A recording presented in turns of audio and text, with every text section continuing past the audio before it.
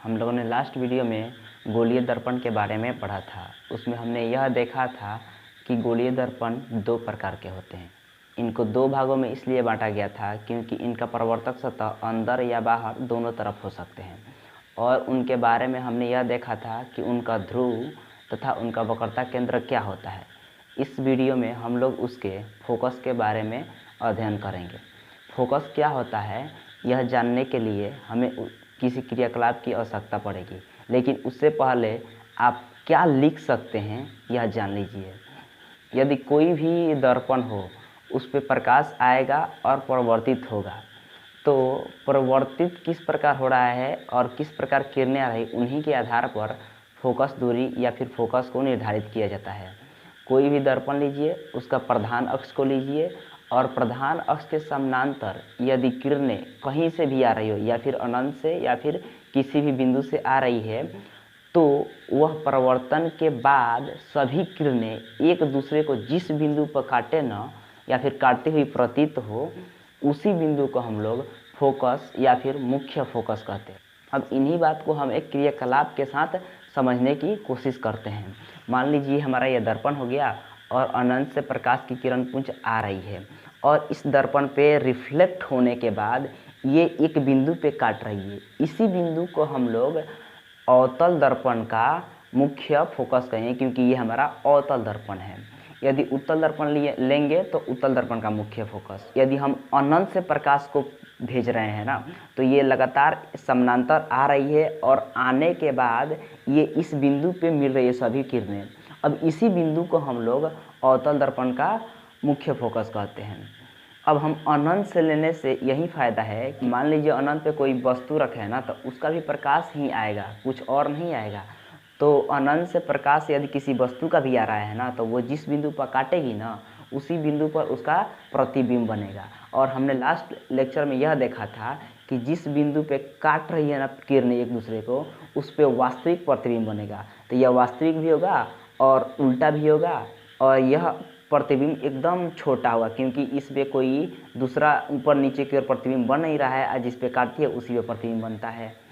अब और उसके पिछले वीडियो में हमने यह भी देखा था कि यदि किरणें एक दूसरे को जिस बिंदु पर न मिलती है, यदि कहीं से प्रकाश आकर एक बिंदु पर मिल रही है, तो उसको हम अभिसरित किरण पुंज के नाम से जानते थे। तो इस दर्पण में परावर्तन के बाद ये सभी किरणें एक बिंदु पर मिल रही है, तो इस दर्पण को हम अभिसरित दर्पण भी कहते हैं। आई होप आप इस बात को समझ पाए होंगे। यदि नहीं तो आप इसको फिर से देख लीजिए। अब उसी प्रकार हम उत्तल दर्पण के साथ करते हैं। ये मान लीजिए हमारा उत्तल दर्पण है और प्रकाश इधर से लगातार आ रही है, और आने के बाद इनको फोकस पे काटना चाहिए, लेकिन ये काट नहीं रही है, बल्कि ये वापस रिफ्लेक्ट होकर दूर भाग रही है। तो ये दूर भाग रही है तो कभी ऊपर तो मिलेगी नहीं, तो इसको हम प्रकाश को पीछे लेकर खींचते हैं, तो इस बिंदु पर काटते हुए प्रतीत हो रही है। तो काटते हुए प्रतीत होती है तो वहाँ पे काल्पनिक प्रतिबिंब बनता है, और ये जहाँ पे काटते हुए प्रतीत हो रही है ना, इसी को हम लोग उत्तल दर्पण का फोकस दूरी कहेंगे। अब यदि अवतल दर्पण के सामने रखे थे तो काट रहा था, और उत्तल दर्पण के सामने काटते हुए प्रतीत हो रहा है, तो यह काल्पनिक और सीधा प्रतिबिंब बनाएगा, ये भी छोटा बनाएगा। और एक बात और भी क्लियर यहाँ पे हो रहा है कि यह प्रकाश परावर्तन के बाद ये दूर फैल रहा है ना, फैल रहा है। तो हमने यह पढ़ा था कि एक बिंदु से यदि प्रकाश की किरणें फैल रही हो तो उसको हम लोग अपसरित किरण पुंज कहते हैं। इसलिए हम लोग उत्तल दर्पण को अपसरित दर्पण के नाम से भी जानते हैं। अब यहाँ पे आप अवतल दर्पण तथा उत्तल दर्पण दोनों का मुख्य फोकस आप समझ पाए होंगे। अब इन सब का उपयोग हम लोग नेक्स्ट वीडियो में यूज करेंगे, और यह बात हमको पता चलेगा कि परावर्तन में मुख्य फोकस का कितना रोल होता है। और आप यह भी समझ पाएंगे कि यदि अनंत पे कोई वस्तु रख रहे हैं तो उसका प्रतिबिंब फोकस पे बनता है, और उत्तल और अवतल दोनों में। और आप यह भी देख पाएंगे कि उत्तल दर्पण का उपयोग और अवतल दर्पण का उपयोग हम लोग इनके फोकस दूरी तथा और भी बहुत सारे उपयोग होते हैं, वो क्यों ऐसा होता है यह भी हम लोग नेक्स्ट वीडियो में देखेंगे। दोनों दर्पणों से प्रतिबिंब बनाने के कुछ नियम भी होते हैं, उन नियमों को भी इसी वीडियो में हम लोग जान लेते हैं। हमने यह तो जान लिया कि यदि प्रधान अक्ष के समानांतर कोई भी किरण आ रही है तो वह फोकस से काटेगी, या फिर अवतल हो या उत्तल हो। अब यह भी जान लेते हैं कि यदि कोई भी किरण फोकस से होकर गुजरेगी ना तो वह प्रधान अक्ष के समानांतर परावर्तन के बाद जाएगी। मतलब कोई भी दर्पण होगा, यदि हम फोकस से प्रकाश देंगे ना तो परावर्तन के बाद वह प्रधान अक्ष के समानांतर रिफ्लेक्ट होगी। ये दूसरा नियम था। तीसरा नियम यह है कि यदि दर्पण के केंद्र से यदि प्रकाश को हम भेज रहे हैं, प्रकाश को रिलीज कर रहे हैं, तो वह परावर्तन के बाद फिर वापस उसी बिंदु पे आएगी।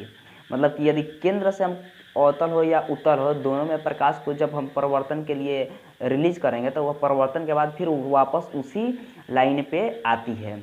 और चौथा यह नियम होता है कि यदि कोई भी प्रकाश की किरण हम P मतलब ध्रुव पे रिलीज करते हैं ना, यदि कोई भी दर्पण हो गया आदि उसके ध्रुव पे हम प्रकाश रिलीज कर रहे हैं जितने डिग्री पे, उतने डिग्री पे वापस वहीं से रिलीज होगी, उसमें कुछ होता नहीं है। जैसे हमने समतल दर्पण में देखा था कि I बराबर R होते हैं, वो भी इसमें सभी परावर्तन के साथ वो परावर्तन का नियम लगेगा, बिना नियम के ये परावर्तन नहीं होगा। तो आप आई होप समझ पाए होंगे इन सभी बातों को कि फोकस दूरी क्या होते हैं और परावर्तन के नियम क्या होते हैं। तो परावर्तन के 4 नियम देख लिए कि यदि प्रधान अक्ष के समानांतर आ रही है तो फोकस जाएगी, यदि फोकस से आ रही है तो प्रधान अक्ष के समानांतर जाएगी, यदि केंद्र से आ रही है तो वापस उसी पे जाएगी, यदि P पे जितने डिग्री से आ रही है उतने ही डिग्री पे रिफ्लेक्ट होगी। इन सभी नियमों के साथ हम लोग प्रतिबिंब कैसे बनाते हैं उसके बारे में नेक्स्ट वीडियो में